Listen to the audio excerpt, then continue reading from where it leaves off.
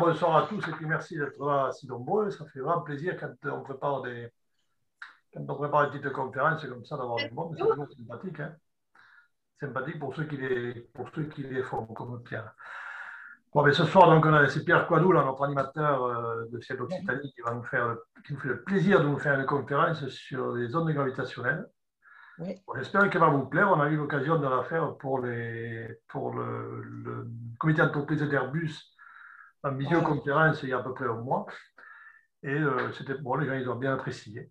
Alors je te laisse Pierre, toi, tu peux y aller. Voilà, bon, ce soir, on va un petit peu partager. Je dis, mais il ne faut pas dire parler, on va partager. On est là pour partager ensemble sur les ondes gravitationnelles. Alors, la problématique, en fait, de la médiation scientifique, c'est que, en fait, la médiation scientifique ne consiste pas à expliquer la science et tout ce qui a été découvert, mais aussi de parler de l'actualité et de la vie actuelle de la science. Et c'est dans ce cadre que, bon, ce soir, on va essayer de partager sur les ondes gravitationnelles. Vous allez voir des équations, vous affolez pas, on ne rentre pas dans le détail. Ces équations sont juste là pour expliquer comment les scientifiques ont obtenu des réponses. C'est-à-dire, on ne rentre pas dans le détail de l'équation, mais je vous explique de quoi elle est composée, ce qu'elle représente et les conséquences qu'elle entraîne. Donc, je crois que c'était le 14 novembre 2015, je crois que c'était, un signal a été perçu par 2 appareils aux États-Unis. Ce signal, en fait, c'était des ondes gravitationnelles. On a parlé d'ondes gravitationnelles et donc on peut se demander exactement ce que c'est. Les gens ne rentrent pas quand on lit des articles dans les journaux, dans la presse classique, dans les journaux scientifiques, c'est plus détaillé. Mais autrement, on ne rentre pas dans le détail, donc il est bon de savoir d'où viennent ces ondes, pourquoi on s'est préoccupé de les chercher alors qu'on ne les avait jamais oubliées, qu'on ne les avait jamais découvertes juste en 2015, c'est-à-dire quasiment 100 ans après leur prédiction. Il est bon de savoir exactement de quoi elles sont constituées, qu'est-ce qu'elles représentent, parce que vous allez voir qu'en fait, l'importance de cette découverte est colossale. C'est même un tournant, on peut dire un tournant dans l'évolution de l'astrophysique et de la cosmologie. C'est une nouvelle vision, c'est un nouveau sens qui est en train de s'ouvrir. Hein, il y avait déjà la vue, l'ouïe. Et bien là, on va voir des choses, on va découvrir des choses qu'on ne voit pas. Ça aussi, c'est important, puisque Ciel d'Occitanie s'adresse aux personnes qui ont des problèmes visuels ou aux non-voyants, eh bien, une très grande partie de la science, et ça peu de gens le savent, traite de problèmes qu'on ne voit pas ou qu'on ne peut pas se représenter visuellement. C'est ce qu'on va voir ce soir. Voilà. Donc, c'est vraiment quelque chose d'actualité. Donc, les ondes gravitationnelles, on peut se demander d'où elles viennent. Hein, eh bien, ces ondes gravitationnelles, elles sont émises par tous les corps qui ont une masse ou une énergie. On verra après pourquoi. Et ces corps peuvent être liés à, je dirais, des astres qui étaient très denses ou des amas d'énergie qui étaient énormes. Mais pour l'instant, on peut se demander d'où viennent ces ondes gravitationnelles. Alors évidemment, l'astronomie classique utilise principalement les ondes électromagnétiques et les rayonnements cosmiques. Pour l'instant, c'était les 2 seules fenêtres qu'on avait. Les ondes électromagnétiques, elles vont depuis les ondes radio jusqu'aux donc radio, les ondes radio, on peut dire infrarouge, puis le visible, puis l'ultraviolet, puis les rayons X, puis les rayons gamma et les rayons cosmiques. Ça semblait déjà être quand même quelque chose d'assez impressionnant, mais quasiment toute l'information qu'on avait du ciel venait de la lumière, une très très grande partie de l'information. Les ondes gravitationnelles, c'est entièrement autre chose puisqu'elles se propagent dans l'espace et dans le temps. C'est un phénomène qui est totalement différent. Ce sont des ondes comme les ondes électromagnétiques, mais ça n'a rien à voir ni avec la matière ni avec la lumière, mais elles sont les traces de phénomènes de très grande énergie. Alors, lorsque l'on eh bien, toutes les informations que l'on peut s'imaginer, elles ont été principalement obtenues au moyen des ondes lumineuses. Ici, on a le Big Bang, puis ensuite ce qu'on appelle l'inflation, qui est supposée, on n'est toujours pas d'accord, hein. C'est-à-dire c'est une période où l'univers a grandi très très rapidement, Puis ensuite, eh bien, on a les âges sombres où l'univers se refroidissant, la lumière n'a plus été émise et qu'elle a même été absorbée par des nuages d'hydrogène principalement. Puis la formation des premières étoiles, puis la formation des galaxies et l'évolution avec aujourd'hui, on voit la chape de la forme là, qui est en train de s'évaser, et bien simplement l'univers qui accélère son expansion. Ces ondes gravitationnelles, elles proviennent d'un monsieur. Elles proviennent d'un monsieur qui s'appelle Albert Einstein. Albert Einstein, c'est un monsieur qui est à l'origine de trois grandes théories. La théorie de la mécanique quantique, qu'il a toujours reniée, bon, mais il est quand même l'un des fondateurs.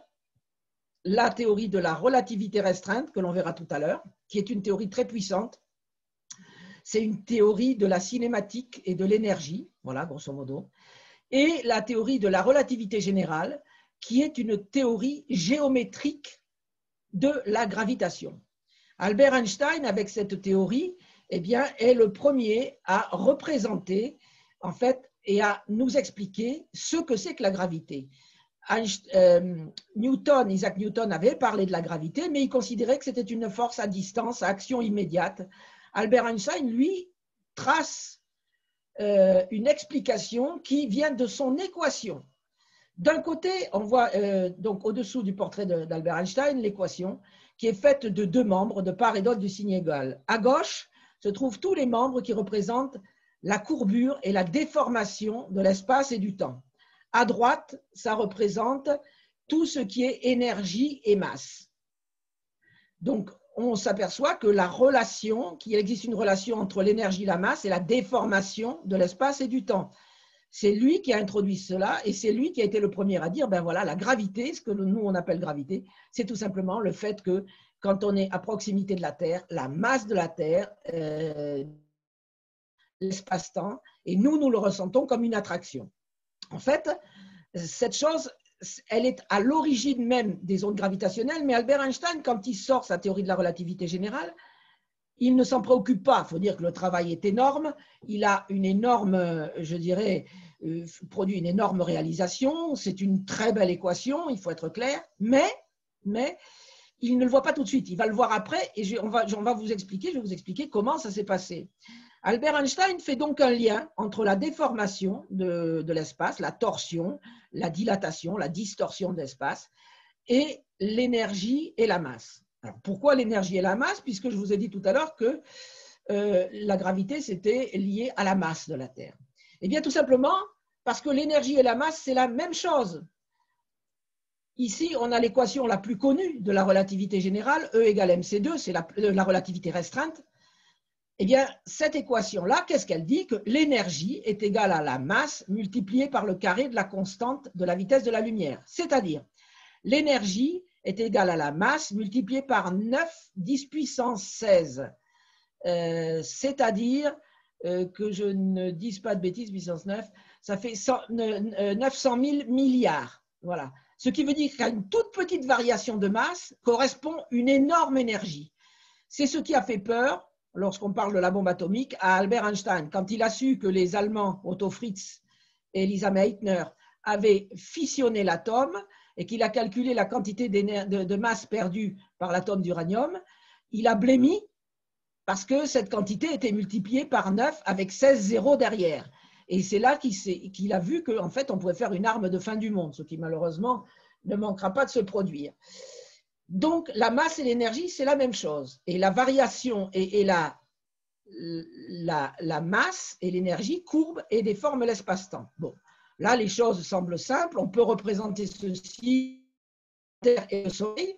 La Terre, on a le Soleil qui creuse l'espace-temps, qui est beaucoup plus massif, beaucoup plus dense que la Terre en son centre. Donc, on a un espace-temps qui est beaucoup plus creusé. Et on a la Terre elle-même qui creuse aussi. Et si on avait représenté la Lune, on aurait un autre petit creux. En fait, cette déformation, bon, elle est liée à la masse. Mais pourquoi les ondes gravitationnelles, eh bien, devraient-elles exister? Eh bien, c'est que Albert Einstein, une fois qu'il a mis au point sa théorie et qu'elle a été cohérente et qu'il l'a publiée, il s'est amusé à la développer. Et là, il s'est aperçu de quelque chose d'absolument incroyable. Effectivement, comme on le voit ici, la masse distord l'espace, elle l'étire dans un sens et elle étire le temps dans l'autre. Et donc, là où il y a une masse, eh bien, il y a un espace déformé. Seulement, il a pensé à un phénomène. Qu'est-ce qui se passe lorsque, par exemple, une étoile avale une planète ou une étoile avale une autre étoile? Cette étoile, elle est plus lourde. Si elle est plus lourde, eh bien, à ce moment-là, elle va courber davantage l'espace-temps. Si elle est plus lourde, plus dense, elle va courber l'espace-temps. Prenons par exemple une étoile comme le Soleil, ce n'est pas possible, mais qui s'effondrerait en étoile à neutrons, eh bien, le Soleil courbe un peu l'espace-temps, mais l'étoile à neutrons, qui est peut-être moins massive que le Soleil, mais qui est beaucoup plus dense, va beaucoup plus courber, va beaucoup plus déformer l'espace-temps. Et alors, le problème qu'il s'est dit, eh bien, supposons qu'une étoile se transforme, se contracte sur elle-même pour devenir une étoile à neutrons ou un trou noir, eh bien, elle va déformer l'espace-temps. Mais le problème, c'est comment cette déformation va-t-elle se propager?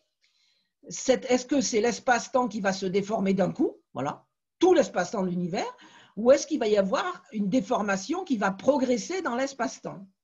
Et là, Albert Einstein avait déjà apporté la réponse.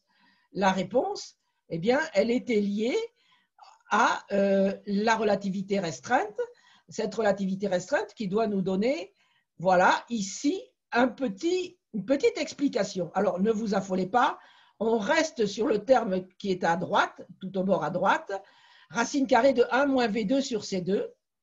Cette expression qui se trouve sous le 1 stipule que rien ne peut voyager plus vite que la lumière. Effectivement, si vous remplacez V2 par C2, C2 c'est la vitesse de la lumière. Si vous remplacez V2 par C2, vous obtenez racine de 1 moins 1, c'est-à-dire racine de 0. 1 sur 0, 1 sur 0, ça n'existe pas.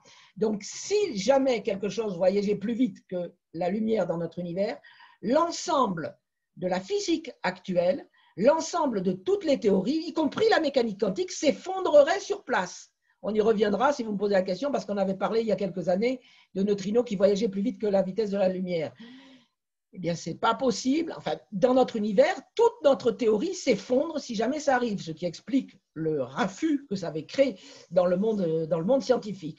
Donc, puisque rien ne peut voyager à vitesse instantanée, eh bien, la déformation, lorsqu'une étoile se contracte et qu'elle creuse l'espace-temps, cette déformation de l'espace-temps doit se propager à une vitesse finie. Cette déformation va donc se propager à une vitesse finie qui est forcément inférieure ou égale à celle de la vitesse de la lumière. Einstein s'est dit, tiens, une déformation qui se propage dans un milieu, ça me rappelle quelque chose. Ça me rappelle la surface de l'eau. Un caillou dans la surface de l'eau, ça fait des ronds. Les ronds, ce sont des ondes. Et les ondes, c'est quoi? C'est la déformation de la surface de l'eau qui se déplace. Attention, la déformation se déplace, mais pas la surface de l'eau. De la même façon, dans la relativité générale, la déformation se déplace, mais pas l'espace-temps. Il se contracte, il se dilate, mais il ne se déplace pas. Or, une déformation qui se déplace sans entraîner son milieu, c'est une onde. Donc, Einstein s'est dit, quand une étoile s'effondre ou quand deux trous noirs fusionnent, ils forment un objet plus lourd, plus dense. Cet objet courbe davantage l'espace-temps. La déformation qu'il provoque dans l'espace-temps va se propager dans tout l'univers, comme les ronds faits par une bille ou un objet qui s'enfonce dans l'eau, comme les ronds à la surface de l'eau, se propagent. Et donc, il a eu l'idée de cette propagation. Mais quelle est la vitesse de cette propagation? Alors, pour la vitesse de cette propagation, il va nous rester une deuxième équation que nous allons voir. Mais déjà, il avait l'idée qu'effectivement, il existait des ondes gravitationnelles. Ces ondes gravitationnelles se déplacent, je dirais, de manière à déformer l'espace-temps. Ces ondes qui se déplacent de manière à déformer l'espace-temps le déplacent dans un sens, les tirent dans un sens, puis perpendiculairement, puis il reprend sa forme, et puis il y a une deuxième série de déformations. Alors ces déformations peuvent être verticales, horizontales ou légèrement inclinées, c'est ce qu'on appelle la polarisation. Et effectivement, dans le vide, qu'est-ce que l'on regarde dans le vide? Eh bien, dans le vide, eh bien, on a ici l'équation de propagation de la déformation de l'espace-temps. Cette équation de propagation. Et au-dessous, c'est l'équation d'onde. Ce sont les deux dernières équations. Celle du dessus où il y a un carré, ça représente le d'Alembertien, c'est l'équation de propagation de l'espace-temps.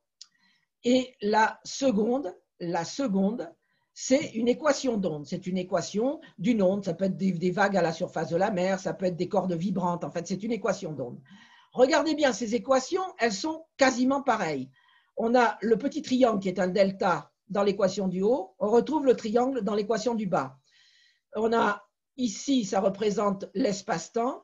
En bas, ça représente la courbure d'une corde ou l'amplitude d'une vague.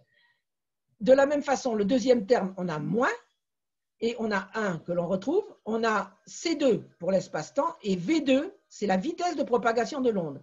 Comme ces deux équations sont des équations d'onde, on en déduit que V2 et C2, V2 est égal à C2 ici. C'est tout simplement que la vitesse de propagation des ondes de gravité, c'est la vitesse de la lumière. C'est ni plus ni moins, c'est la vitesse de la lumière.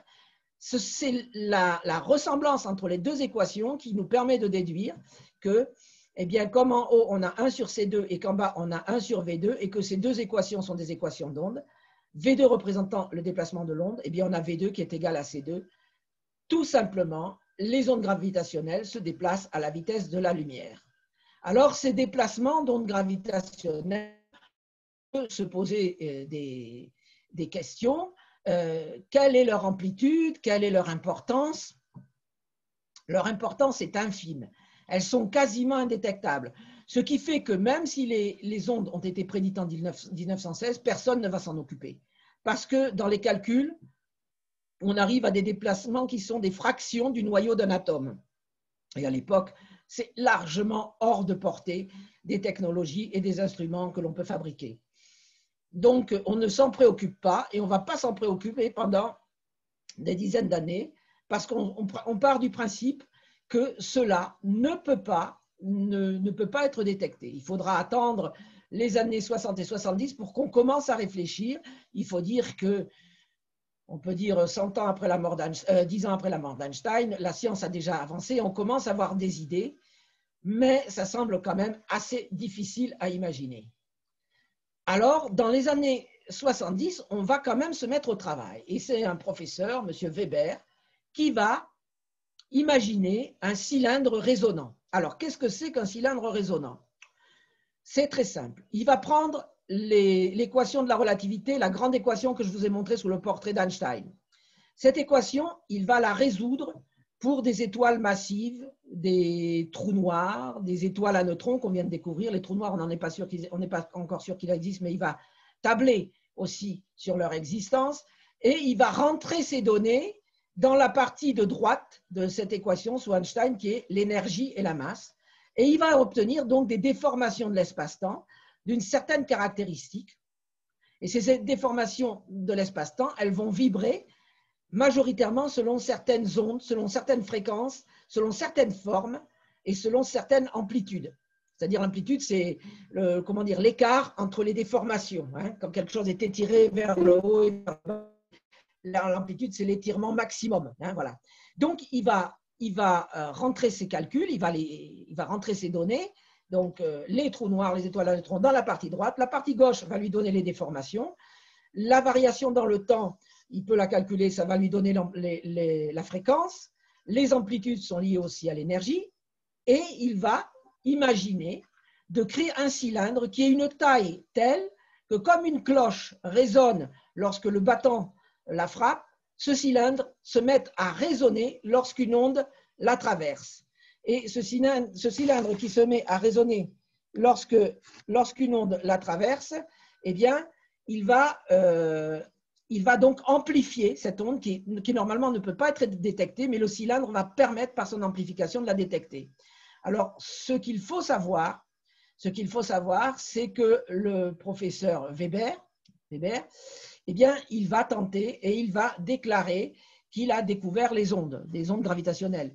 Mais jamais on ne pourra se mettre d'accord sur sa découverte. Le professeur Weber, par lui-même, ne pourra jamais renouveler de manière fidèle son expérience et toute sa vie, il prétendra qu'il les a découvertes, mais toute sa vie, compte tenu de l'amplitude des ondes, des possibilités technologiques de l'époque, on en doutera. Et il n'acceptera jamais, jamais d'avoir perdu comment dire, d'avoir perdu son pari. Pour lui, il aura toujours travaillé et toujours réussi à résoudre le problème. Ah ben alors, on se dit, à nouveau dans les années 70, c'est pas possible, ça ne pourra pas marcher. Et beaucoup de scientifiques continuent ces tentatives, mais on voit ici justement le cylindre de Weber. Beaucoup de ces scientifiques vont, je dirais, tenter les choses. D'autres vont se mettre à chercher d'autres méthodes. Jusque dans les années, je crois que c'est dans les années 80, où on va découvrir quelque chose d'hallucinant. On a découvert 2 étoiles à neutrons, 2 pulsars, qui tournent l'un autour de l'autre, et chose incroyable, ces 2 pulsars se rapprochent l'un de l'autre, ce qui veut dire qu'ils perdent de l'énergie. Or, l'énergie perdue ne se retrouve ni en chaleur, ni en rayonnement, ni en rayons cosmiques. On a essayé de détecter toutes les possibilités d'émission. Rien en apparence ne semble fuir de ce système. Les scientifiques vont alors se retourner vers l'équation d'Einstein, toujours celle qu'on a vue sous le portrait d'Einstein, et ils vont calculer pour savoir l'énergie qui serait perdue par 2 étoiles qui tourneraient l'une autour de l'autre en déformant l'espace, ce système les freinant, grosso modo, les formant à se rapprocher jusqu'à ce qu'ils fusionnent. Quelle ne va pas être la surprise des scientifiques quand ils vont trouver exactement, à plusieurs décimales près, l'énergie perdue par le couple en utilisant cette équation de la relativité générale. On a donc découvert indirectement que les ondes gravitationnelles existaient. Cette énergie, eh bien, c'était l'énergie qui était perdue par le système de pulsars, qui, comme il perdait de l'énergie, tournait moins vite. Comme il tournait moins vite, il s'attirait plus fort. Comme il s'attirait plus fort, il freinait plus et il se rapprochait. Et en fait, ils tournent de plus en plus vite, mais leur vitesse, si vous voulez, leur période augmente, mais ils se freinent néanmoins. Et ces pulsars-là, qui tournent de plus en plus vite et qui se rapprochent de plus en plus l'un de l'autre, eh bien, perdent donc cette énergie, et cette énergie correspond exactement à celle qui a été calculée en utilisant l'équation d'Einstein de la relativité générale. On a donc, et ça a été la découverte indirecte de l'existence des ondes de gravitation. Ceci va avoir un boom sur les études pour savoir comment on pourrait découvrir les ondes de gravitation. Une autre méthode de découverte consiste à explorer la lumière. La lumière, c'est un rayonnement électromagnétique, donc c'est une onde aussi, qui n'est pas de même nature que les ondes gravitationnelles, et qui se déplace dans l'espace. Or, lorsque l'espace est déformé, la lumière, sa trajectoire est déformée. Mais lorsque l'espace subit des déformations en forme d'onde, eh bien la lumière traversant ces déformations doit être déformée. Ainsi, 6 vibrations qui forment un hexagone, que l'on voit à gauche, eh bien, vont se transformer en 6 vibrations qui sont légèrement décalées. 6 vibrations qui ont une forme en étoile vont devenir des vibrations qui ont une forme aussi légèrement décalée. Toutes les deux forment ce qu'on appelle une sorte de vortex, d'hélicoïde, une hélicoïde à 6 branches, une spirale à 6 branches qui convergerait vers un centre. Ce mode de polarisation va être calculé théoriquement et va être très rapidement relié aux ondes gravitationnelles. Le problème, c'est qu'il faut l'observer. Alors effectivement, 2-3 ans avant la découverte des ondes gravitationnelles, l'expérience BICEPS 2, qui se trouve sur la calotte polaire antarctique, va observer une polarisation de cette forme-là, puisqu'on voit les sortes de vortex, les sortes de spirales, sur le fond de rayonnement cosmique, c'est-à-dire la première lumière libre qui a été émise par l'univers il y a 380 000 ans. Et effectivement, eh bien, ces personnes qui vont découvrir ceci, eh bien, elles vont présenter ça comme la découverte des ondes gravitationnelles. Le seul problème, c'est que l'expérience BICEPS qu'on voit ici d'ailleurs, qui se trouve au pôle sud, hein,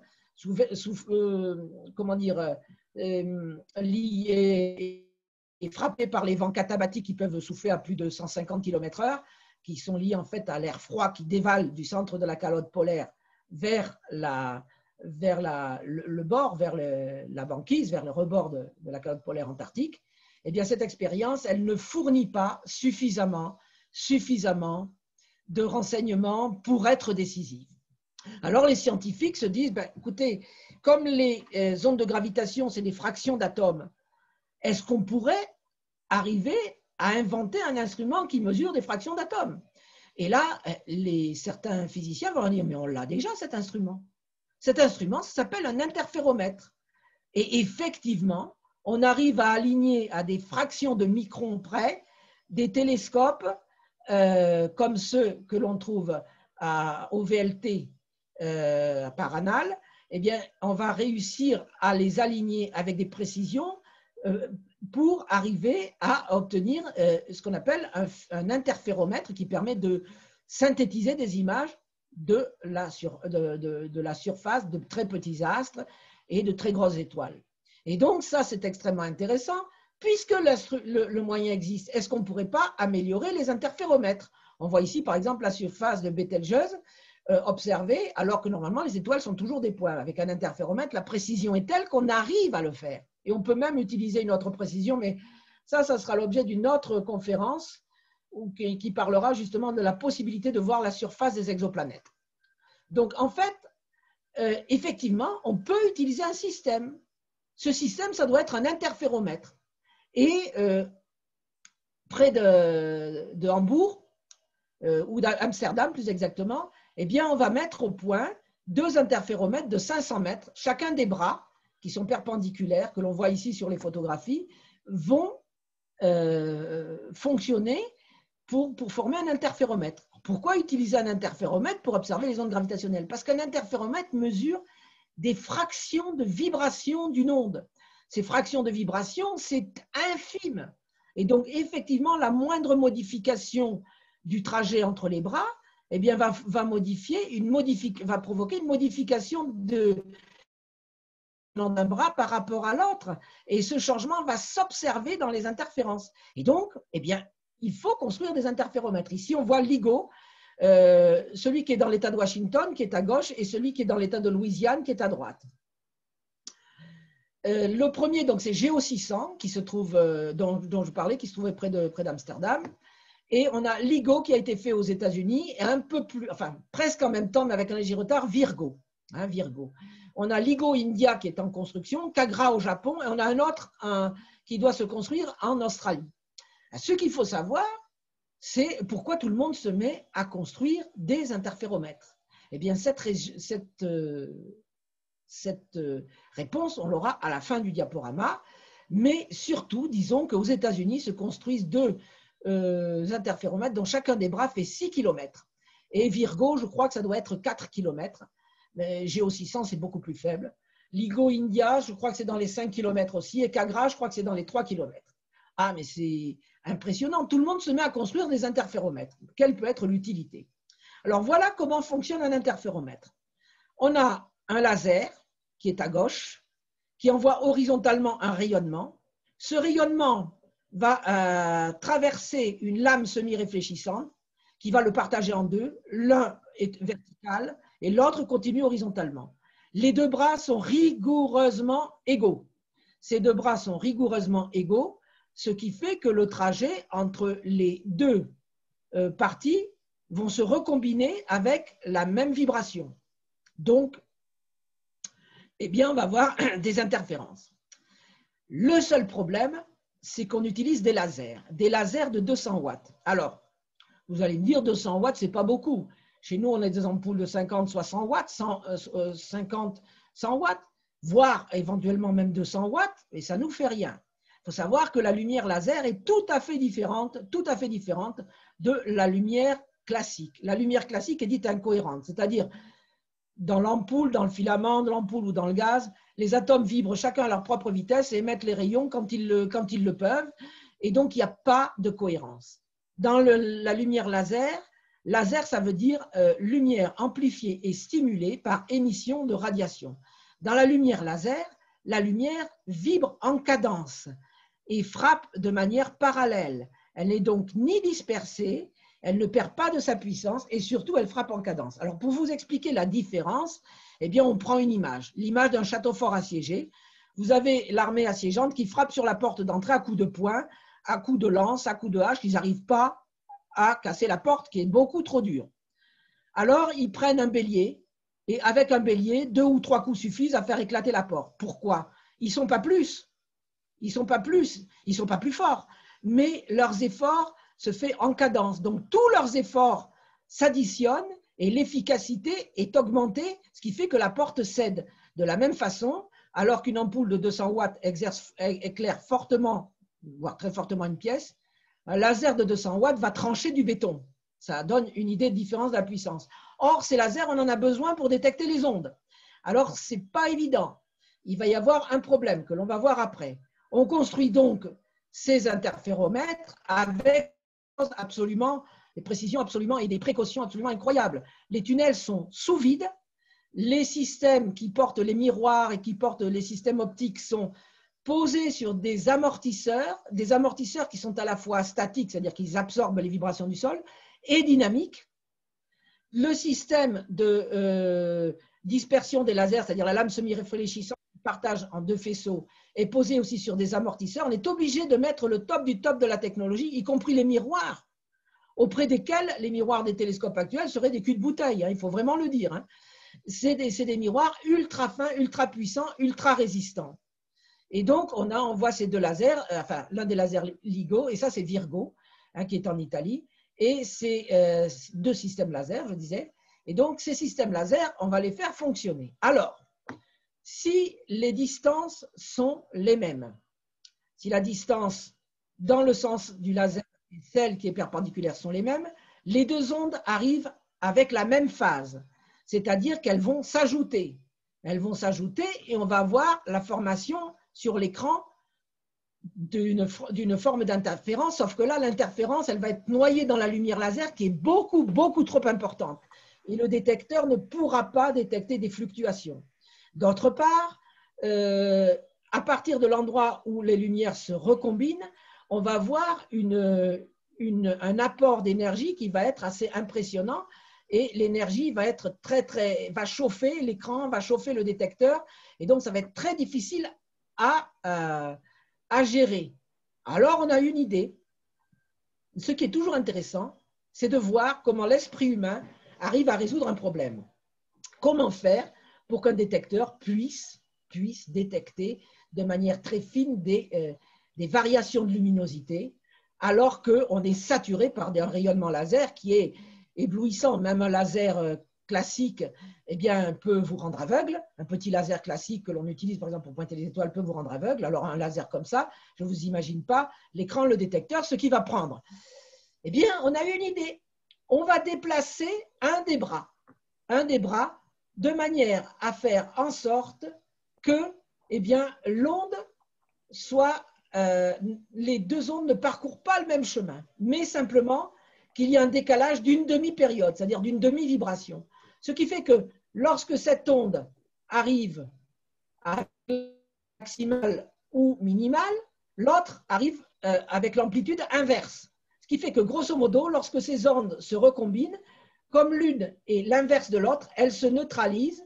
Et si on ajoute effectivement l'onde verte et l'onde bleue, eh bien on va s'apercevoir qu'on a une ligne droite, c'est-à-dire que rien ne vibre. Donc il y a 0 lumière. Et ça, c'est extrêmement intéressant, parce que qu'est-ce qui va se passer si une onde traverse le système? La distance d'un des bras va être modifiée à l'autre, puis l'autre par rapport à l'un. Ce qui fait qu'au bout d'un moment, ces ondes ne vont plus être en opposition de phase. On dit qu'elles sont en opposition de phase, c'est-à-dire que l'une ne va pas être maximale quand l'autre est minimale et nulle quand l'autre est nulle.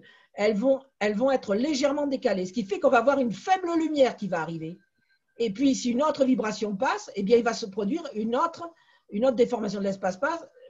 Si une autre déformation de l'espace se produit, eh bien, il va y avoir une autre vibration lumineuse. Donc, comme le détecteur est un détecteur sensible et que le système n'est pas saturé de lumière, le détecteur va pouvoir complètement détecter la moindre variation lumineuse. Voilà l'intérieur de Virgo. Virgo, donc dans un tunnel, le tunnel, bon, quand je dis que le tunnel est sous vide, ce n'est pas le tunnel qui est sous vide, c'est le tunnel dans le tunnel, c'est le cylindre métallique qui contient la lumière. Pourquoi? Eh bien parce que s'il y avait une atmosphère, les rayons laser chaufferaient l'atmosphère créerait des courants de convection, les courants de convection chaufferaient les systèmes étant chauffés se déformeraient, se mettraient à vibrer, l'air vibrerait aussi à l'intérieur à cause des mouvements de convection, on ne verrait plus rien. Donc il faut qu'il y ait un vide extrêmement poussé, un vide beaucoup plus poussé que le vide spatial. Et ici, on voit le cœur du système avec l'endroit où sera placée entre les deux la lame semi-réfléchissante. Voilà. Et on a donc ce système et on voit les tunnels, tout l'appareillage est sous vide et refroidi parce que tout simplement, il faut que les structures chauffent et qu'elles se mettent à vibrer, que les miroirs vibrent, parce que si les miroirs vibrent, ils vont rajouter des vibrations aux vibrations de la lumière. À ce moment-là, on ne va plus savoir ce qui vient de l'espace et ce qui vient du laboratoire. Donc, grâce à ce système et grâce à une technologie d'une finesse absolument incroyable, on va s'apprêter à détecter des ondes. Or, pendant les 3 premières années, rien du tout. Les Américains et les Européens vont alors mettre en place un plan de rénovation et d'augmentation de sensibilité du système. Mais les Américains vont aller plus vite. Les Européens font la même chose, mais ça prend un tout petit peu de temps et il va s'en jouer de 3-4 mois. Voilà. C'est malheureux, mais c'est comme ça. Alors, pour vous donner une idée de la sensibilité de ces systèmes, le système LIGO aux États-Unis est capable de détecter, s'il n'était pas isolé, il détecterait non seulement toutes les voitures qui circulent aux États-Unis, mais il détecterait les vibrations causées par les vagues qui se brisent sur les côtes est et les côtes ouest des États-Unis. On a quelque chose qui est absolument incroyable et qui peut détecter entre 1/100e et 1/1000e du proton, qui est le noyau de l'atome d'hydrogène, une variation de distance. C'est quelque chose d'absolument incroyable. On arrive là à un défi technologique qui est absolument colossal. Alors ici se trouve le système adopté pour LIGO et pour Virgo. Lorsque les deux ondes arrivent en phase, le maximum s'ajoute au maximum, c'est-à-dire que ça monte plus haut, et le minimum s'ajoute au minimum. Lorsque les deux ondes vibrent sans décalage, eh bien les maxima et les minima se superposent. Les minima, en se superposant, s'additionnent et ça creuse plus profond. Les maxima, en s'additionnant, remontent et ça monte plus haut. Donc l'onde est augmentée d'amplitude et de puissance. Donc à partir de là, eh bien, il est évident que le détecteur lui-même va être saturé. Par contre, si on les décale d'une demi-période, quand une onde monte, l'autre descend. Quand l'une atteint le maximum, l'autre atteint le minimum. Et quand l'une remonte, l'autre redescend. Et quand l'une atteint le minimum, l'autre le maximum. Donc on a toujours des ondes qui, lorsqu'on les additionne, eh bien, donnent une ligne continue. Voilà. Et donc là, il n'y a pas de vibration, donc le détecteur ne détecte rien. Mais supposez que l'une de ces deux ondes soit légèrement décalée par rapport à l'autre, il va y avoir une toute petite vibration et le détecteur va pouvoir détecter cette toute petite vibration. Donc à partir de là, eh bien, grâce à l'opposition de phase, LIGO et Virgo vont pouvoir détecter et je crois que c'est le 17 décembre, je ne sais pas si c'est 2015 ou 2017, eh bien le 17 décembre, je crois que c'est 2015, j'en suis pas sûre. Le 17 décembre, en tout cas, je crois que c'est 2017 ou 2015, eh bien ce 17 décembre, ce 14 novembre, oh, je dis des bêtises là, je suis un peu fatiguée ce soir, le 14 novembre 2015, eh bien, il va se passer quelque chose, c'est que les personnes vont être réveillées en sursaut par un bip d'alerte qui leur est envoyé par le laboratoire, qui est en constante surveillance informatique. Et à ce moment-là, ce laboratoire et les personnes qui sont chargées d'y travailler et de veiller à ce que le système fonctionne normalement vont alerter toutes les équipes. Et après avoir éliminé tous les défauts possibles, toutes les possibilités matérielles liées aux vibrations, aux structures du sol, aux erreurs de calcul, eh bien, on se rend à l'évidence, on a fait la découverte en fait d'une onde gravitationnelle. Et cette onde gravitationnelle, qu'est-ce qu'elle représente? Eh bien, elle représente l'évolution d'un trou noir. On voit ici le trou noir, deux trous noirs, plutôt l'évolution de deux trous noirs qui tournent l'un autour de l'autre, qui se rapprochent, qui fusionnent et ensuite qui forment un trou noir unique. Alors, effectivement, regardez bien l'écart des trous noirs. Eh bien, la période des ondes se met à croître de plus en plus au fur et à mesure que les trous noirs se rapprochent. Ils tournent plus vite l'un autour de l'autre, bien qu'ils soient freinés. Ce freinement s'occasionne en déformation de l'espace-temps qui est émis sous forme d'ondes gravitationnelles. Donc, comme ils sont freinés, ils continuent de se rapprocher, ils tournent de plus en plus vite, de plus en plus vite. L'énergie d'ondes gravitationnelles augmente de plus en plus, puis ils se mettent à fusionner. C'est le bip proprement dit. Et ensuite, eh bien, le trou noir qui a fusionné vibre jusqu'à ce qu'il se stabilise. Ce sont le reste des ondes qui apparaissent. Donc, on a un train d'ondes qui va devenir de plus en plus grand, mais de plus en plus compressé. Hein, les ondes vibrent de plus en plus vite, l'espace-temps vibre de plus en plus vite et de manière de plus en plus importante, jusqu'au moment où ça culmine, c'est la fusion des trous noirs, et puis où ensuite, eh bien, les ondes vibrent de moins en moins jusqu'à s'arrêter. C'est les dernières vibrations liées à la fusion des trous noirs, et puis le trou noir lui-même se stabilise. On a découvert des ondes gravitationnelles. C'est quelque chose d'absolument incroyable, c'est quelque chose de colossal. Hein. Je voulais juste voir quelque chose. Voilà, on n'a pas, non, j'avais pas là. Voilà. Et on a donc découvert les ondes gravitationnelles 100 ans après leur prédiction. On peut dire qu'aujourd'hui, la relativité a quasiment toutes ces prévisions qui sont à jour. Les deux seules qui ne sont pas à jour, c'est l'existence des trous blancs et des ponts d'Einstein-Rosen, qui sont ce qu'on appelle les trous de verre, mais on y reviendra après. Et donc, une deuxième découverte en 2017, alors donc c'était bien 2015, je confondais les deux, c'était le 17 août, le 14 novembre 2015 et le 17 août 2017, c'est bien ça, eh bien, on va observer une deuxième onde gravitationnelle qui va traverser la Terre. Et cette deuxième onde gravitationnelle, il se trouve qu'en même temps, les satellites vont découvrir qu'au même moment, on a une émission lumineuse qui provient d'une galaxie très, très éloignée. Et cette émission lumineuse, d'après ses caractéristiques et d'après les caractéristiques de l'onde, on en déduit que ce sont des étoiles à neutrons qui ont fusionné. Or, l'onde lumineuse est arrivée exactement en même temps aux imprécisions de mesure que l'onde gravitationnelle. On a donc la preuve de la deuxième prédiction d'Einstein. Les ondes gravitationnelles se déplacent à la vitesse de la lumière, toujours aux imprécisions de mesure, parce que maintenant, on n'a pas fait encore suffisamment de mesures pour vérifier dans d'autres cas si c'est pareil. C'est donc le problème de reproductibilité. Eh bien, effectivement, on a pu prouver qu'il y avait, je dirais, quelque chose qui était très important et qui montrait bien que l'onde lumineuse arrivait aux imprécisions de mesure en même temps que l'onde gravitationnelle. Ça, c'est quelque chose qui est assez particulier et assez impressionnant. On a donc la deuxième chose. Alors, comment ça s'est fait? Eh bien, tout simplement, les deux Virgos ne sont pas orientés de la même façon et ils ne sont pas au même endroit sur le globe. Le retard et la façon, l'angle par lequel les ondes arrivent est différent. Et en combinant les deux angles avec un troisième instrument, Virgo, donc les deux LIGO et le Virgo vont permettre de faire une sorte de triangulation, c'est-à-dire à partir de leurs trois calculs, on peut situer sur le ciel l'origine des ondes. Je vais vous montrer ça. Je crois qu'ici, on a ici LIGO, Virgo, les deux LIGO et Virgo. On a donc ici Virgo. Voilà.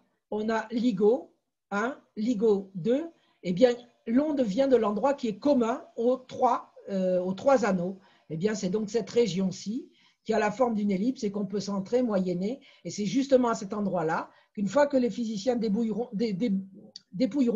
les données du satellite Fermi, eh bien, ils vont trouver exactement à cet endroit-là ce flash lumineux qui provient de la fusion de deux étoiles en neutrons en un trou noir. Voilà.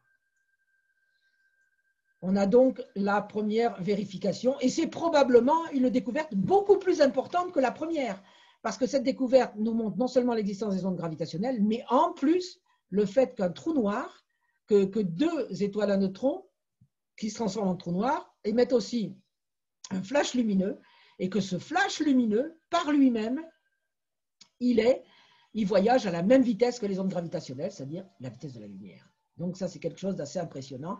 Ici, les trois phases principales. On a donc deux étoiles qui se rapprochent. Plus elles se rapprochent, plus elles tournent vite. Plus elles tournent vite, plus l'énergie est importante, plus elles prennent de l'énergie, plus elles prennent de la masse, qui est la même chose, plus la déformation de l'espace est importante, plus la déformation, l'espace les freine, mais comme elles sont plus proches l'une de l'autre, elles tournent plus vite, et plus elles se rapprochent jusqu'au moment où elles fusionnent. Voilà, c'est l'origine des étoiles, probablement d'une partie des trous noirs. Et donc, on a ici, par exemple, 2 trous noirs en train de fusionner. On suspecte actuellement 2 trous noirs qui sont très surveillés dans un quasar très, très lointain. Hein. Or, alors, quelle est l'utilité des ondes gravitationnelles? L'utilité des ondes gravitationnelles, elle est quand même extrêmement importante. Pourquoi? Parce qu'en fait, on a découvert des trous noirs hypermassifs, ces trous noirs qu'on a au centre des galaxies. On a découvert des trous noirs d'1 million de masses solaires. C'est plus difficile à expliquer. On a des trous noirs de plusieurs centaines de masses solaires. Et ensuite, on a des trous noirs de 2 ou 3 masses solaires. Mais entre les trous noirs de plusieurs centaines de masses solaires et les trous noirs de 2-3 masses solaires, normalement, il ne devrait pas y en avoir ou très très peu.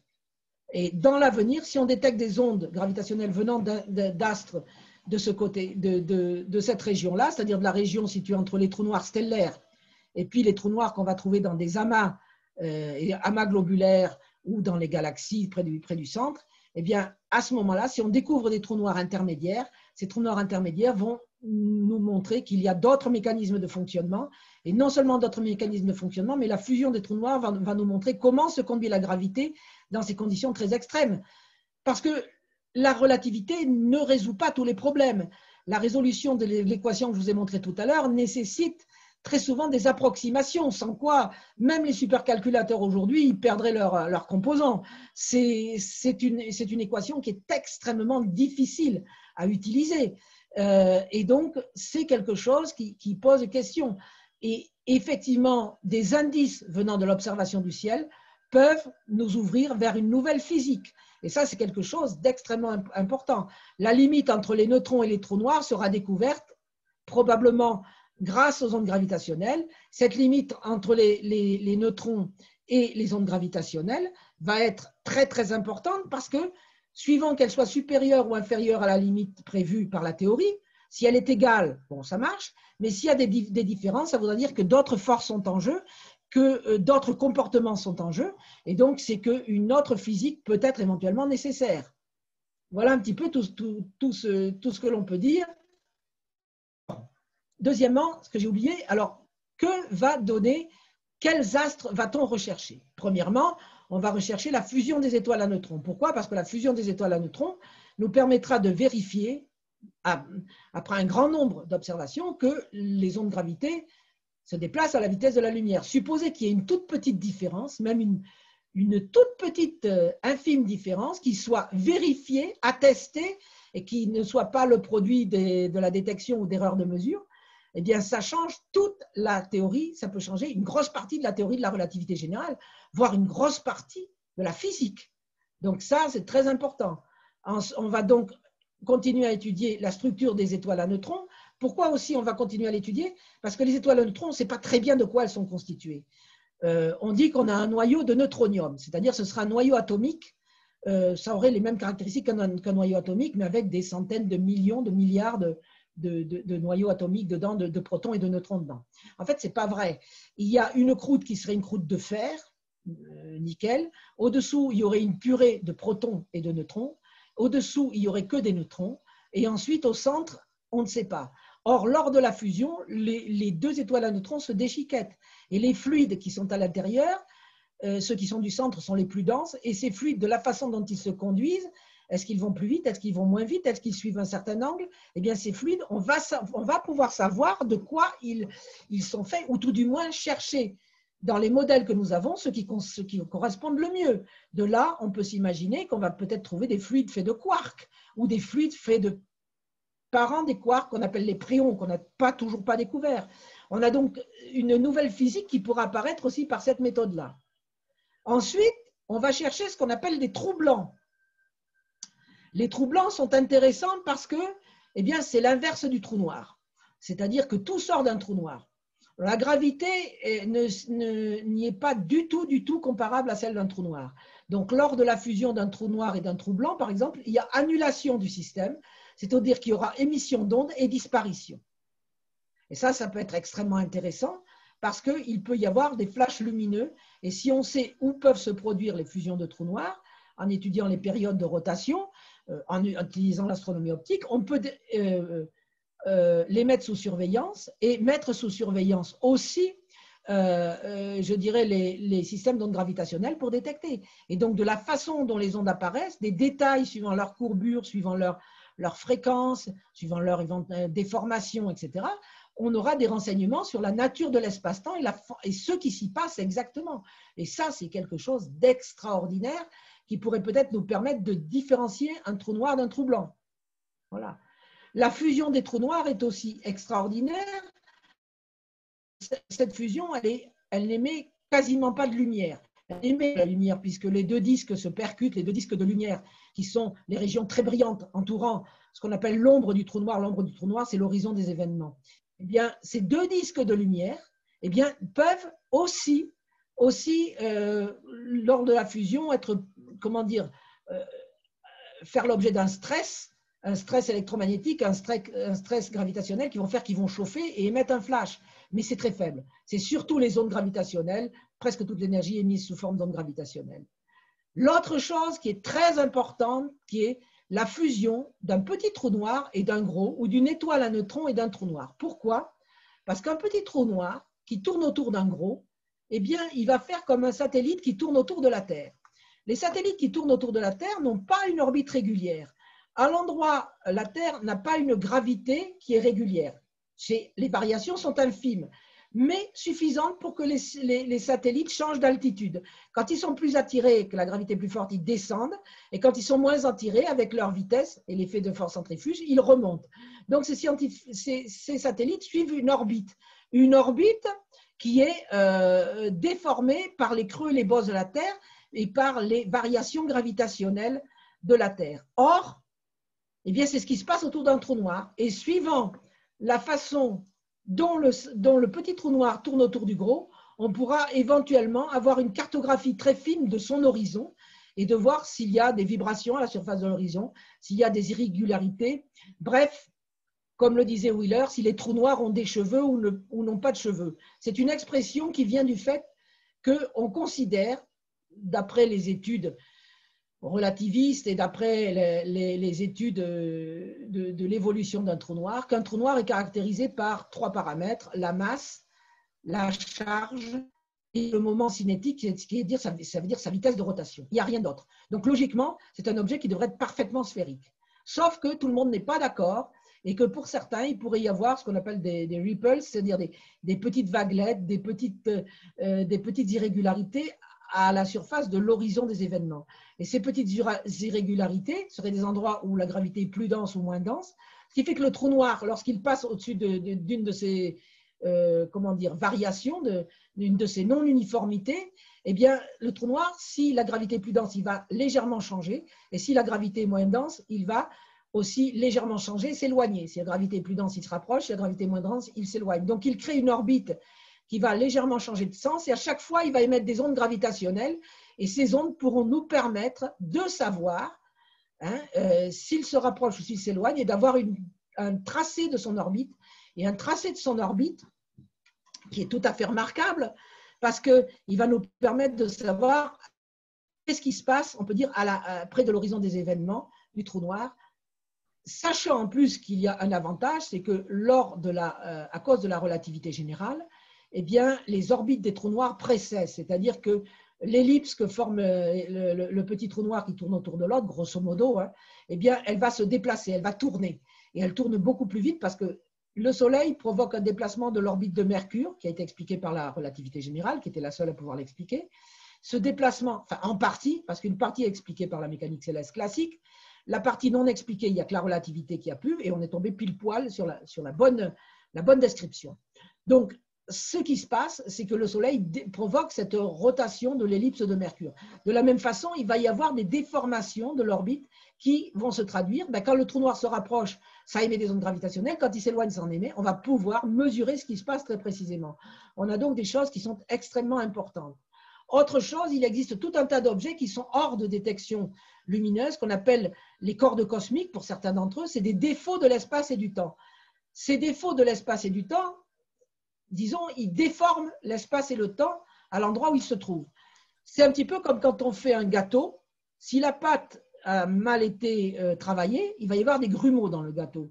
Ces grumeaux, ils gardent les caractéristiques du gâteau avant de lever. De la même façon, les défauts de l'espace-temps, qu'on appelle les cordes cosmiques, à l'endroit où se trouvent les cordes, elles gardent les caractéristiques que l'univers avait vraisemblablement au début de son existence.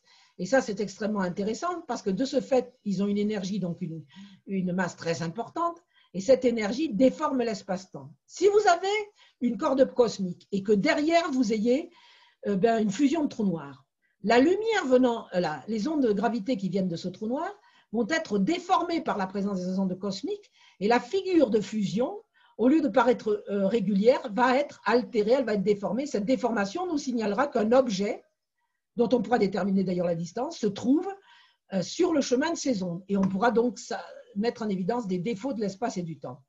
Et enfin, là où c'est énorme, là où l'apport est colossal, cet apport colossal, il est dû principalement, je dirais, au fait de remonter le temps. Jusqu'à présent, nous ne pouvons pas remonter au-delà de 380 000 ans après le Big Bang. Pourquoi?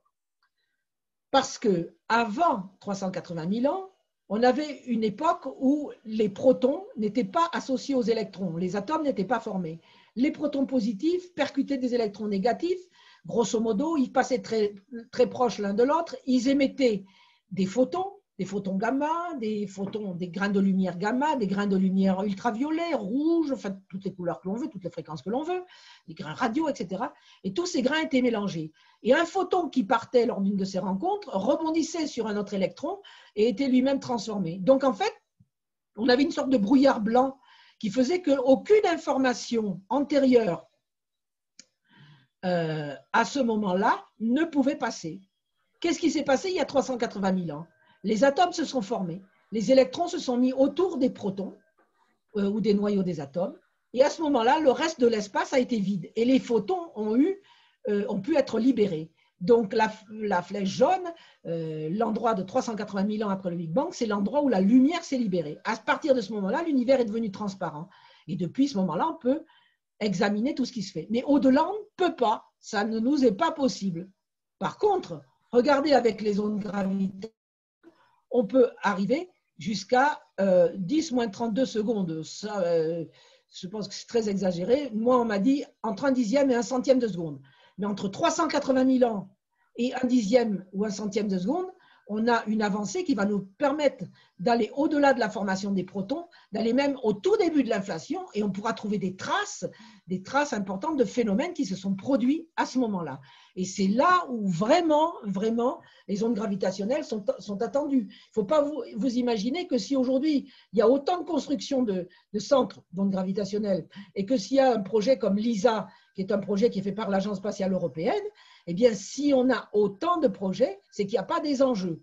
Avec quelque chose d'extrêmement intéressant, c'est que ces projets qui tiennent à la physique fondamentale, eh bien, ces projets, ils mettent au point des détecteurs ultra-sensibles qui peuvent être intéressants pour, par exemple, vérifier le déplacement d'un bâtiment, vérifier le déplacement d'une centrale nucléaire ou d'une montagne qui risque de tomber, mettre sous surveillance des systèmes de sécurité. Donc, ce qu'il faut savoir, c'est que la science fondamentale a aussi des retombées sur la vie de tous les jours.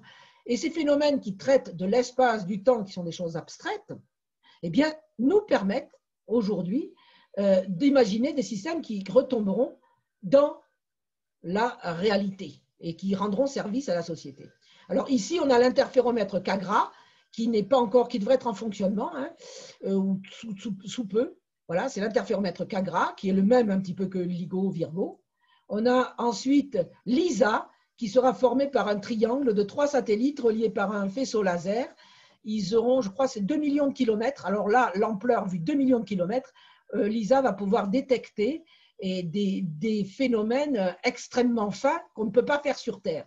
On a là vraiment quelque chose qui va être une révolution dans le domaine des ondes gravitationnelles. Et il y a un chercheur qui disait que pour l'instant, avec les détecteurs qu'on a, on entend exclusivement que les grosses caisses. Avec l'ISA, on commencera à entendre toutes les percussions, les trompettes et le début des violons. Et dans les détecteurs futurs, on pourra entendre toute la symphonie. Voilà un petit peu tout ce qu'on peut dire sur les détecteurs, avec ensuite le télescope Einstein qui devrait être installé en Sardaigne, qui sera beaucoup, beaucoup plus sensible aussi.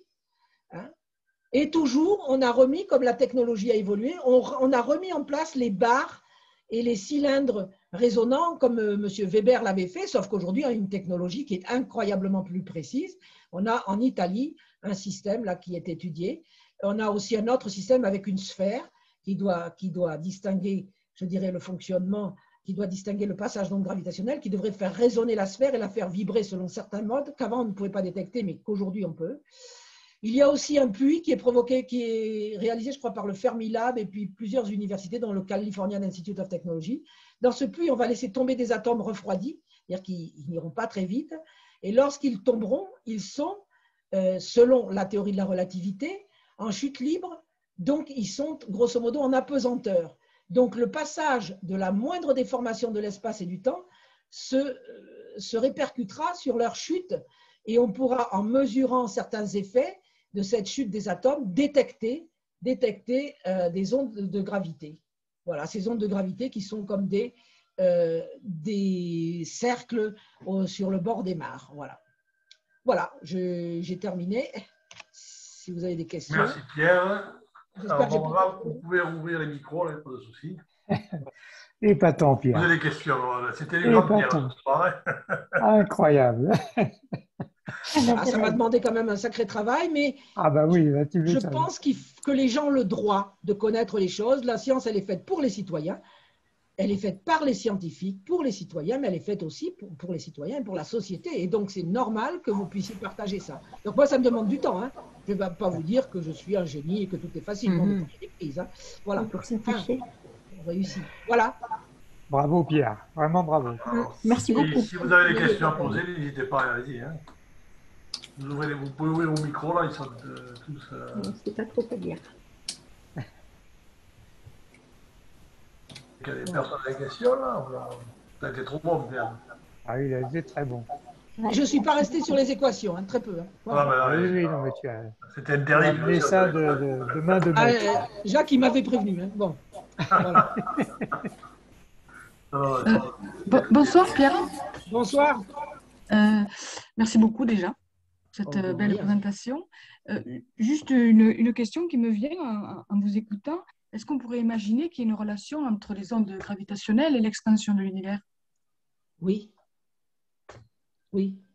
On peut très bien, s'il y a des endroits où l'expansion n'est pas uniforme, comme l'espace se distend, les ondes qui voyagent dedans pourraient subir une augmentation de fréquence. On pourrait, pour l'instant, on n'a pas les instruments qui permettent de le détecter, mais on pourrait imaginer soit directement comme ça, soit de manière indirecte. On pense aussi à utiliser des planètes comme système de détection, particulièrement la planète Uranus et la planète Neptune. Pourquoi? Parce qu'elles sont très froides. Voilà. Les planètes très, très froides pourraient être très, très intéressantes parce qu'elles pourraient résonner un petit peu comme les masses, mais comme elles sont immensément plus grandes, on pourrait réussir à détecter. Je ne rentre pas trop dans le détail, c'est un peu plus compliqué que ça, mais oui, effectivement, oui. Ces choses sont très importantes. Alors, il y a un autre aspect dont je n'ai pas parlé, mais qui risque de passionner, qui est en fait la gravité quantique. Si la gravité est quantique, s'il arrivait qu'elle soit quantique, ce serait vraiment une découverte extraordinaire. Parce que, comme les objets quantiques, la courbure de l'espace-temps pourrait se comporter de la même manière. Or, dans le domaine quantique, on a 3 phénomènes qui sont extrêmement perturbants parce qu'on les connaît, on les maîtrise, mais on n'a toujours pas une interprétation fine. Et celui qui est le plus intéressant, c'est ce qu'on appelle la superposition d'états. C'est un état dans lequel, mettons qu'on ait un grain de lumière qui est le choix entre 2 trajectoires, eh bien, il ne va pas prendre qu'une trajectoire. Il prend les 2. Il se met en superposition d'états, photon par l'ouverture 1 et photon par l'ouverture 2. Et après, ces 2 états interagissent à nouveau pour reformer l'onde. Et ça, c'est absolument exceptionnel parce que si ça se produisait dans l'espace-temps, ça voudrait dire que l'espace-temps pourrait avoir plusieurs états momentanés, hein, parce que ça ne dure jamais très longtemps, mais ça aurait des conséquences colossales et des conséquences que l'on pourrait retrouver lors de la fusion des trous noirs. Ce qui fait que ça pourrait permettre aussi d'atteindre une nouvelle physique. Alors, vous voyez, là, je dirais presque, on est presque au niveau du mysticisme. On arrive à des niveaux sur la nature de l'espace et du temps qui touchent à la philosophie profonde. C'est quelque chose, ce n'est pas que mathématique. Ne vous imaginez pas, ce n'est pas que mathématique. Les conséquences sont colossales au niveau de la philosophie et au niveau des réflexions sur la nature de l'espace, la nature du temps, la nature de l'univers. Voilà. Voilà. Tu vas redémarrer le conférence, Pierre. Non, pas là, non. Voilà. J'ai pas voulu en parler, je ferai la gravité quantique et gravité semi-régulière une autre fois. Mais j'ai déjà une partie faite. Voilà. On a reparlé cette semaine d'ailleurs. Pour Einstein, on a reparlé cette semaine de la physique quantique. Hein. Oui, mais ça devient. Alors, bon, juste une toute petite chose. La physique quantique a ceci de particulier que c'est la physique qui est la plus matérialiste dans ses réalisations techniques. C'est la plus matérialiste, hein, les iPads, les ordinateurs, les circuits imprimés, les processeurs, les néons, les lasers, tout ce qui fait notre civilisation, c'est quantique. Mais c'est aussi la physique la plus échevelée, avec des conséquences les plus ahurissantes au niveau quantique. Donc, c'est une science qui est, je dirais, comment on appelle ça, schizophrène. C'est-à-dire qui s'étire dans les deux, d'un côté vers le matérialisme et de l'autre côté vers vraiment l'abstraction qui est proche et qui est pour l'instant dans la non-explication. Hein. Voilà, il faut être clair. Hein. Ce qu'il faudrait faire actuellement, c'est former des... Il y a Bernard Auriola qui veut poser une question. Oui, non oui. Oui, bonsoir. D'abord, je suis vraiment. J'ai reçu l'invitation de Jacques pour cette conférence. Je veux dire que je suis arrivé un peu sur la pointe des pieds en me disant que ça va être compliqué, etc. Je suis vraiment passionné. Je trouve que la pédagogie dont vous avez fait preuve est vraiment fantastique. Et du coup, j'aurais une question qui est pas tellement sur le contenu, mais j'ai entendu que Jacques avait lancé l'enregistrement au départ. Et donc, je serais curieux de savoir s'il est possible. Du coup, j'ai envie de le faire, que d'autres personnes qui n'ont pas pu assister puissent suivre cette conférence. Et est-ce qu'il y aura moyen de la visualiser, je ne sais pas, sur le site de... Oui, Bernard, il n'y a pas de souci. Dans tous les cas, je vais la mettre, elle sera en lien dès demain. Donc, j'enverrai un lien sur YouTube. Et je la mettrai aussi uniquement en audio s'il y a des personnes qui sont malvoyantes aussi, qui pourront l'écouter uniquement en audio aussi. Donc, il y aura les liens qui seront demain sur les diffusions, il n'y a pas de problème. Juste pour vous expliquer ce que je fais, c'est que je crée en fait deux espaces, l'espace purement mathématique et scientifique et l'espace de la vie. Par exemple, l'espace purement mathématique, c'est l'équation d'Einstein. L'espace de la vie classique, ce sont les ronds dans l'eau. Donc, je fais des correspondances qu'on appelle des bijections, des correspondances biunivoques entre ces deux espaces, et je cherche des relations qui permettent de passer de l'un à l'autre. Donc, ça me demande beaucoup du travail, mais le plus dur actuellement, c'est pas ça. Le plus dur, c'est de trouver des éléments. Sur Internet, c'est très difficile, et j'en profite pour dire que les photos que j'ai, elles ne m'appartiennent pas, je n'ai pas les droits d'utilisation. Ces photos-là sont les photos de l'Institut LIGO aux États-Unis, de la NASA, de l'Institut Virgo, du Californian Institute of Technology, du Massachusetts Institute of Technology, du Fermilab, de l'ESA, de l'Observatoire Einstein, de l'Observatoire Virgo, de CAGRA, de tous les grands observatoires d'ondes gravitationnelles qu'il y a dans le monde. Hein. Voilà, je voulais juste vous dire. Donc, ça représente une recherche, mais bon, à Aulus, on a le temps. Le temps s'écoule à la vitesse de la lumière, c'est-à-dire il est presque arrêté, quoi, je dirais. Donc, j'ai le temps de le faire. Oh, tu es au bord du trou noir. Tu es au bord du trou noir. Oui, c'est le bord du trou noir. On est à l'horizon des événements, tout à fait, oui. Voilà. Non, mais il n'y a pas de souci. Donc, alors, juste pour la petite info, là, on a eu une information là, de Wanda Diaz-Merced qui va nous mettre en relation au niveau européen, justement, sur les ondes gravitationnelles, avec des chercheurs qui sont à fond sur le sujet.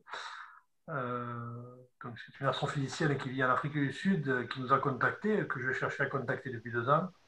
Donc, elle a pris contact avec nous cette semaine et elle nous a proposé donc, de rentrer un petit peu dans le circuit là, au niveau enfin, de participer avec ces chercheurs justement à toutes ces études et ces recherches qu'ils font sur les ondes gravitationnelles. C'est un petit peu comment dire, c'est un petit peu le hasard du calendrier qui a fait qu'on a proposé cette présentation ce soir. Et il y aura certainement des liens. Ah oui, tout à fait, oui. Après, avec tout ça. C'est ce qui va être très Oui, parce que les ondes gravitationnelles, c'est quelque chose qu'on ne voit pas. C'est même quelque chose que non seulement on ne voit pas, mais qu'on ne peut pas se représenter physiquement. Parce que les ondes gravitationnelles se propagent dans un univers à 4 dimensions que nous ne pouvons pas percevoir tel qu'il est. Donc, si quelqu'un vous dit qu'il perçoit la 4e dimension, je vous conseille de faire attention à ce qu'il vous dit et de ne pas le croire sur parole, parce que ce n'est pas possible. Et donc, évidemment, des personnes qui ont, je dirais, un déficit de perception classique peuvent être extrêmement avantagées parce qu'elles ont une abstraction qui est plus développée. Et donc, ça peut apporter beaucoup, beaucoup. Après, ce soir, je n'ai pas abordé la physique mathématique, j'ai pas abordé on aurait pu, mais ce n'était pas le lieu. On pourra le faire une fois, s'il y a une demande, vous le dira Jacques, mais effectivement, on peut aborder des choses qui sont encore plus troublantes. Hein. Ça, c'est tout à fait clair. Mais je ne l'ai pas fait parce que le but, c'est que vous repartiez ce soir en sachant ce que c'est qu'une onde gravitationnelle. Voilà. J'aurais une question, je ne sais pas si vous m'entendez, c'est Bernard. Oui, c'est bon, c'est bon. Comment on peut espérer faire la corrélation entre, par exemple, une onde gravitationnelle qu'on détecterait avec le fait qu'elle puisse provenir de la période avant les 380 000 ans? Parce qu'aujourd'hui, toutes les ondes gravitationnelles qu'on a détectées, on a pu faire la corrélation visuelle avec un événement. Là, on est puisqu'il n'y a rien qui rayonne, donc comment on peut espérer un jour savoir que ça vient de là? Voilà, tout simplement parce que les ondes gravitationnelles ne sont pas des ondes électromagnétiques. Donc, le brouillard électromagnétique qui se produisait avant 380 000 ans, où les électrons, où les photons sautaient d'un électron à un proton ou d'un électron à un autre électron, rebondissaient, ce qui faisait qu'il n'y avait plus de trajectoire. S'il y avait une source qui émettait des photons, les photons se dispersaient dans tous les sens. Donc, cette diffusion empêchait de voir ce qu'il y a eu avant. Bon. Mais l'onde gravitationnelle, elle, ce n'est pas l'énergie même, c'est la courbure de l'espace et du temps produite par l'énergie et par la masse. Donc pour elle, l'univers était toujours transparent. Et l'univers reste transparent jusqu'à la limite, je dirais même la limite de Planck, bon, qui est un peu exagérée, qui est 10-32 secondes, mais l'univers reste transparent. Je ne pense pas qu'on puisse capter 10-2 secondes avant le Big Bang, on pourra, 10-2 secondes après le Big Bang, on peut garder l'espoir de pouvoir observer un certain nombre de choses. Donc, des déformations de l'univers, donc éventuellement ce qu'on appelle des anisotropies de la structure de l'univers, ça va très loin. C'est-à-dire qu'on n'aurait pas un univers qui serait parfaitement symétrique dans toutes les directions, ça aurait des conséquences, des traces éventuellement d'univers parallèles. Bon, ben là, on est en pleine science-fiction. S'ils avaient percuté le nôtre ou s'il y avait eu des influences gravitationnelles avec le nôtre, on peut découvrir. C'est un instrument qui nous permet de voir, c'est un instrument aveugle qui nous permet de voir au-delà de ce que les instruments visuels nous autorisent. Donc, c'est très complémentaire. Donc, c'est une nouvelle astronomie qui se développe actuellement. Voilà. Parce qu'aujourd'hui, toutes les ondes qu'on va détecter, on a su faire la corrélation avec ce qui s'est passé dans l'univers. Oui, parce que, bon, voilà, alors, ce qu'il y a, c'est qu'on avait on avait déjà modélisé la fusion d'un trou noir. Ouais, on avait donc déjà modélisé la fusion d'un trou noir, et donc on avait déjà résolu l'équation que je vous ai montrée, qui est sous le portrait d'Einstein, dans ce cadre-là. Parce que c'est des objets qui sont assez simples, hein. Voilà, il faut être clair. Bon, c'est déjà colossal, hein, mais enfin, c'est des objets qui sont les plus simples possibles. C'est pour ça qu'on dit qu'ils n'ont pas de cheveux, il n'y a que 3 paramètres quoi, dans ce modèle. Bon, on avait déjà modélisé et on savait très bien que lorsque 2 trous noirs s'approchaient, ils tournaient de plus en plus vite l'un autour de l'autre. Donc, ils se rapprochaient, comme ils étaient plus près, ils faisaient plus vite le tour l'un autour de l'autre, même si leur temps propre se ralentissait. Et le fait qu'ils tournent le plus vite l'un autour de l'autre faisait qu'ils creusaient plus l'espace-temps, donc ils formaient des vagues de plus importantes, comme un bouchon qu'on enfonce dans l'eau. Et donc, on avait modélisé la forme des ondes gravitationnelles produites par la rencontre de 2 trous noirs. Et ça formait effectivement des ondes qui vibraient lentement, puis de plus en plus vite et de plus en plus fort, jusqu'à un maximum, et puis ensuite qui redevenaient calmes et disparaissaient.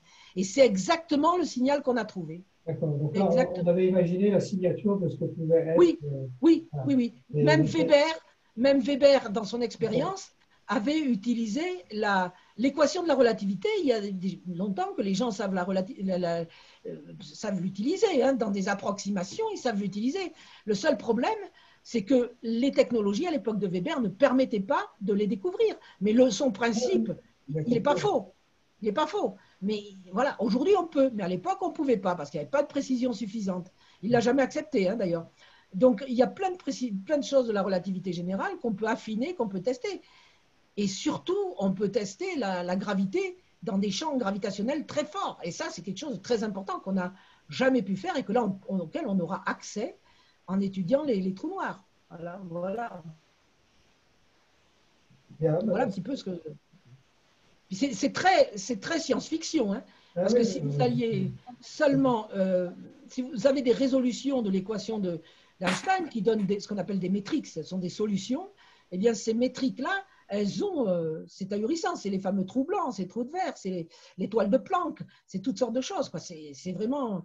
C'est fabuleux. C'est pour ça, moi, je dis, s'il y a des jeunes qui écoutent, faites des maths, hein, ça vaut vraiment le coup. Hein, parce que ce qu'on voit dans le ciel, c'est merveilleux, mais ce que donnent les équations, c'est incroyable. C'est d'une grande beauté. Il faut dire que c'est quelque chose qui est d'une grande beauté. C'est presque mystique, je dirais, comme je l'ai déjà dit tout à l'heure. C'est quelque chose de très impressionnant. Voilà. Bien, merci. Merci, bonne soirée, merci. D'autres questions? Oui, moi j'aurais une question à Pierre. Oui. Pierre, bonsoir, merci, c'était vraiment super. Déjà, vous avez parlé des trous blancs, il y en a qui parlent de fontaine blanche, parce que quelque part, c'est pareil. Oui, c'est plutôt une fontaine qu'un trou, puisque là, c'est oui, plutôt une forme de résurgence. Oui, on avait parlé de trou blanc par rapport au noir, c'est pour être le symétrique. Mais c'est plutôt une fontaine blanche, parce que c'est plutôt une résurgence. Tout sort d'un trou blanc. Voilà. Et après, vous avez parlé des cordes cosmiques comme étant des défauts de l'espace-temps, qui garderait justement les caractéristiques du début de son existence. Mais comment on pourrait caractériser ces cordes cosmiques? C'est quoi? Parce que c'est quoi ces défauts de l'espace-temps? Premièrement, si vous voulez, l'espace-temps s'enroule autour des cordes cosmiques en cône. C'est-à-dire, vous prenez un cercle. Vous imaginez un cercle, et donc vous en coupez un quart. Et vous rapprochez le cercle, vous rapprochez les deux bouts du cercle, ils vont se coller en formant un cône. Et les cordes cosmiques seraient des ensembles imbriqués de cônes, les uns mis à la suite des autres, dans lequel une partie de l'espace-temps serait absente, déformée. Et ça a des conséquences, parce que pour maintenir l'espace-temps dans cette situation-là, il faut une énergie colossale. Mais c'est vraiment colossal. L'énergie d'une supernova à côté, c'est presque une plaisanterie, quoi. Et donc, à partir de ce moment-là, si vous voulez, on a effectivement des défauts, c'est-à-dire que l'espace et le temps sont déformés. Depuis Einstein, si vous voulez, on a démontré que le temps n'existait pas en prouvant qu'il existait. Voilà, c'est ce que je dis grosso modo, toujours. Parce que Einstein a démontré que le temps absolu n'existait pas, puisque chaque repère avait son temps propre. Voilà. Mais de ce fait, si le temps existe différemment dans chacun des repères, c'est bien qu'il y a quelque chose qui existe. Et pour l'espace, c'est pareil. Donc, en fait, c'est la déformation de ce milieu qui est une déformation qui est telle que ce milieu était au tout début du Big Bang. Voilà. D'accord. Vous voyez, c'est les cordes cosmiques. Ce n'est pas les supercordes. Hein, je ne parle pas de la théorie des supercordes. Je parle des cordes cosmiques, qui sont des objets qui peuvent faire plusieurs centaines ou plusieurs dizaines ou plusieurs centaines de millions d'années-lumière de long. Hein, voilà. Il vaut mieux pas en avoir à proximité, d'ailleurs. Hein, voilà. Alors, quand deux cordes cosmiques se croisent ou quand l'une s'approche de l'autre, effectivement, les changements de forme et de variation peuvent aussi émettre des ondes gravitationnelles, ce qui fait qu'on pourrait les détecter. C'est tout un univers invisible qui est visible, qui va devenir visible. Donc, effectivement, c'est assez ingrat quand on voit l'équation, on a envie de fuir. Voilà, hein, ça c'est clair. Alors, moi je dirais, on a d'abord envie de fuir quand on la voit, et puis quand on commence à la comprendre, eh bien on fond. On fond de plaisir en voyant cette magnifique réalisation de l'esprit humain. Et ça, il faut dire que l'homme peut vraiment faire des choses magnifiques quand il le veut. Malheureusement, ce n'est pas toujours le cas. Excusez-moi, j'ai une question. Merci. Allez-y. J'ai une question. Attendez, à désactiver ça. J'ai une question. Est-ce qu'il peut y avoir un lien entre onde gravitationnelle et peut-être énergie noire? Oui. Parce que si, par exemple, il y avait des objets formés d'énergie noire ou des amas d'énergie noire, eh bien, alors, je pense à la matière noire. La matière noire, ça se pourrait, parce que s'il y a des condensations de matière noire, il pourrait y avoir des déformations de l'espace-temps et des déformations des ondes gravitationnelles. Bon, ça, c'est la matière noire. L'énergie noire aussi, parce que l'énergie noire, en provoquant l'accélération de l'expansion de l'univers, pourrait aussi déformer des ondes. Oui, ça pourrait. Ouais. Est-ce qu'il ne pourrait pas avoir un lien entre les deux? Oui, allez-y. Non, c'est bon. C'était juste pour savoir s'il y avait un lien entre l'énergie noire et matière noire et onde gravitationnelle, c'est tout. Il peut y avoir des effets de l'une, l'énergie noire, et de l'autre, la matière noire, sur l'onde gravitationnelle. Donc, on pourrait aussi éventuellement la détecter. Voilà. D'accord, merci. J'en ai une question, Pierre, concernant le fonctionnement des détecteurs Virgo et compagnie. Là. Oui. Parce que, donc, on a deux bras perpendiculaires. Oui. L'onde gravitationnelle touche les deux bras à peu près au même moment. Ah non. Comment on arrive à détecter la différence entre les deux? Voilà. Ils ne touchent pas. Puisque les deux bras sont perpendiculaires, l'onde gravitationnelle va toucher les deux bras si elle est perpendiculaire au système. C'est-à-dire, si jamais l'onde gravitationnelle touche les deux bras, en venant, mettons que le système, l'interféromètre soit horizontal, avec une branche dans un sens, une branche vers le nord et une branche vers l'ouest, qui soit horizontale et que l'onde vienne d'en haut. Effectivement, mais dans ce cas-là, les tensions et les déformations ne seront pas exactement les mêmes sur les deux bras. Et donc, il y aura de petites différences qui pourront être perçues. Parce qu'en fait, c'est non seulement l'onde, mais c'est le temps aussi qui est affecté. Voilà. Et donc, évidemment, quand elle ne touche pas suivant un angle, on peut bien déterminer des régions en utilisant tous les détecteurs. On fait de la triangulation, puis c'est tout. C'est pas plus compliqué que ça. Je vais loin quand même, parce que c'est quand même très compliqué. Voilà. Ok, merci. Voilà. Gérard, tu avais une question, non? J'ai vu que ça a bougé de ton côté. Non? C'est à moi que tu parles? Ouais. Non, comme d'habitude, l'exposé de Pierre est toujours absolument passionnant.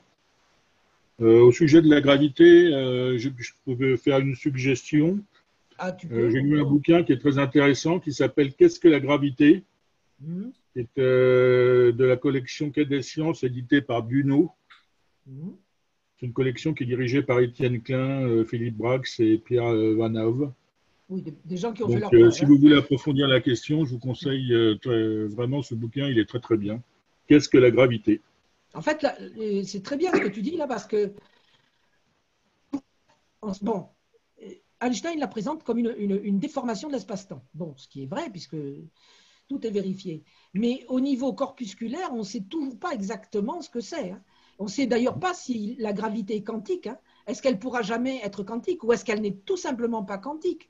C'est pas évident. Hein. C'est pas du tout évident. Hein. Et pour l'instant, on n'a pas d'éléments. Mais je pense que ces détecteurs pourraient nous apporter un certain nombre de réponses. Hein. Voilà. Donc c'est bien que tu parles du bouquin là, parce qu'effectivement, c'est une question fondamentale. Donc, voilà, j'aurais peut-être dû présenter un peu plus la gravité. Mais enfin bon. Et donc il y a des chapitres dans ce bouquin sur justement la détection des ondes gravitationnelles. Oui. Non, mais c'est vrai. C'est vrai, on pourrait me le reprocher. J'aurais pu expliquer un petit peu mieux. Non, mais c'est bien. Non, mais c'est un complément. Mais c'est bien de valider. On est là pour partager. C'est très bien. Moi, il y a Elisabeth qui voulait te poser des questions, je crois. Vas-y, Elisabeth. Oui. Elisabeth, tu avais levé la main, alors je ne sais pas. Non, alors peut-être pas. Après, ce que je ferai, si des fois ça intéresse les personnes, plutôt que la présentation, je te passerai mon texte sur le... Comme ça, ils pourront le copier et le lire. Je te le passerai, Jacques. Ça sera plus simple que la présentation. Et c'est un peu plus fouillé aussi. C'est pas inintéressant. S'il y a quelques fautes d'orthographe, vous m'excuserez. Je suis un peu meilleur en maths qu'un peu en français. C'est bon, après, bon, voilà. Alors, c'est intéressant parce que les ondes gravitationnelles, c'est une nouvelle forme d'astronomie qui va être accessible, justement, nous qui sommes très orientés vers la diffusion de l'astronomie aux personnes malvoyantes. C'est une forme, justement, d'astronomie qui va être très accessible aux personnes déficientes visuelles parce que, bon, c'est quelque chose qu'on ne verra pas davantage qu'eux, quoi. Donc, c'est un sujet qui est très, très intéressant pour nous. Avec le fait qu'ils ont un avantage sur nous. Parce qu'ils ne voyant pas, ils sont moins, comment dire, formatés par notre monde. Et donc, en écoutant uniquement et en réfléchissant et en n'étant pas parasités par l'aspect visuel des choses, ce qui est un handicap devient un avantage dans ce cas-là.